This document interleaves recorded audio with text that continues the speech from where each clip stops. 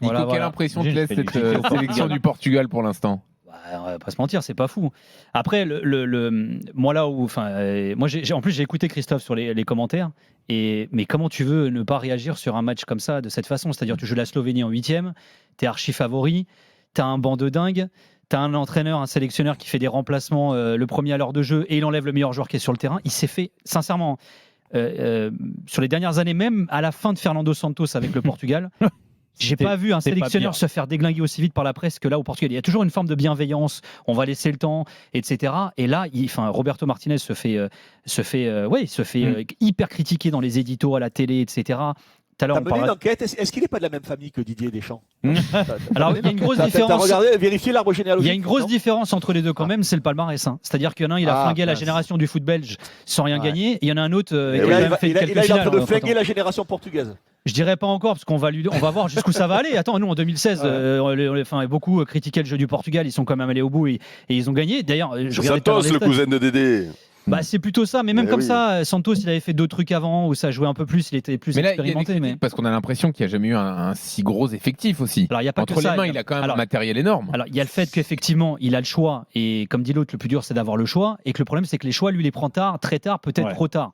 C'est passé de justesse le premier match de la phase de poule contre la République tchèque, où il fait un remplacement à la 85e, alors qu'il voit qu'il y a des mecs qui tirent la langue, et les deux joueurs rentrent en netto. Ils sont décisifs. Et qu'on sait ça, ils sont décisifs, et ça se joue avec de la réussite. Mais bon. Et là, le match contre la Slovénie, c'est premier remplacement, heure de jeu, t'enlèves ton meilleur joueur qui est Vitinha, tu laisses Ronaldo, 39 ans, les 120 minutes, Pep, 41 ans, moi je me souviens, j'avais fait un tweet pendant le match, c'était sur quelle planète, en 8e de finale d'un Euro, t'as un joueur de 39 ans, il y en a un autre de 41 qui joue 120 minutes.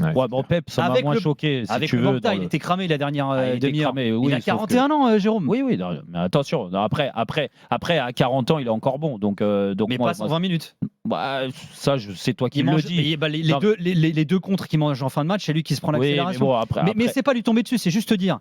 On en revient à ce qu'on disait tout à l'heure. Ce qu'on lui reproche à Martinez, c'est les choix initiaux, après tout, pourquoi pas. Mais les sélectionneurs, ça fait des mois qu'ils chialent pour avoir des listes élargies à l'Euro. Ça fait des mois qu'ils chialent pour garder les 5 remplacements en cours de match. Et Martinez le premier. Et résultat, tu arrives à une phase finale d'un Euro qui est en fin d'une saison qui est ultra longue. Et les mecs te font 3 remplacements dans le match. Et le premier à la 80e. Oui, mais parce qu'ils sont pas.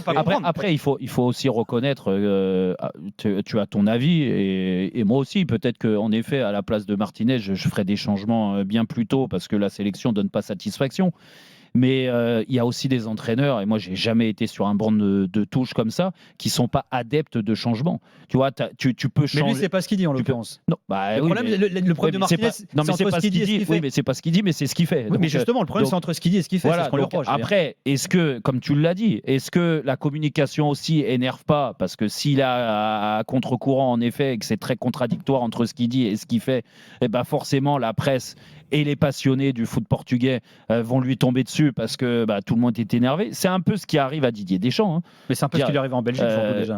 Oui, en Belgique, un peu à Didier Deschamps, parce que Didier, même s'il a beaucoup gagné avant, n'empêche que, on va en reparler tout à l'heure. Mais fais attention à ce que tu dis, Eric va se vexer. Arrête de critiquer Deschamps. Attends la finale. Attends.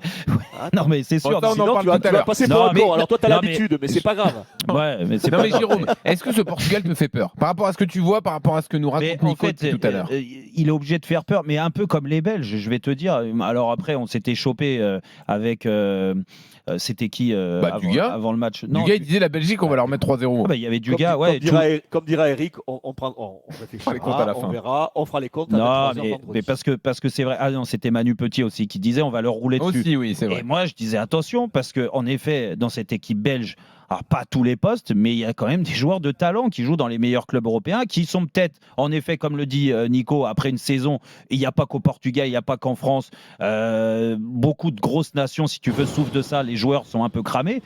Mais n'empêche que quand tu vois les noms sur le papier, attention, les AO, c'est quand même. Non, mais cherche pas à tous les postes. C'est-à-dire qu'à tous les postes. Sur les noms, c'est impressionnant. Non, mais tous les postes sont doublés cette année. Il y a peut-être, allez, le poste d'avant-centre où Ramos a pas fait une saison mirobolante, mais il a été blessé, il a eu des problèmes de santé, on sait ce qui lui est arrivé, où il a fait des rentrées, où il a peut-être été un peu moins performant, où de toute façon il y a une obstination. Voilà ce que j'allais dire, il y a une obstination de la part de Roberto Martinez à laisser jouer Ronaldo quasiment l'intégralité des minutes. Mais ça, Nico, je suis désolé, là quand Jean-Louis dit vous n'avez pas marre de trouver des excuses pour les uns et les autres là. On doit avoir peur. Sincèrement, j'ai l'impression que c'est systématique les excuses. Nico, est-ce que quand ils gagnaient les matchs pour se qualifier à l'Euro, ils étaient aussi vilains qu'ils le sont depuis le début de l'Euro? Non, bien sûr que non. Mais alors les questions, vous l'avez. Non, mais ils ont fait un parcours historique parce qu'ils ont fait 10 victoires en 10 matchs, ce que d'ailleurs Martinez avait déjà fait en qualif pour le dernier Euro avec la Belgique aussi. Et c'est un peu d'ailleurs, il avait cette espèce d'étiquette du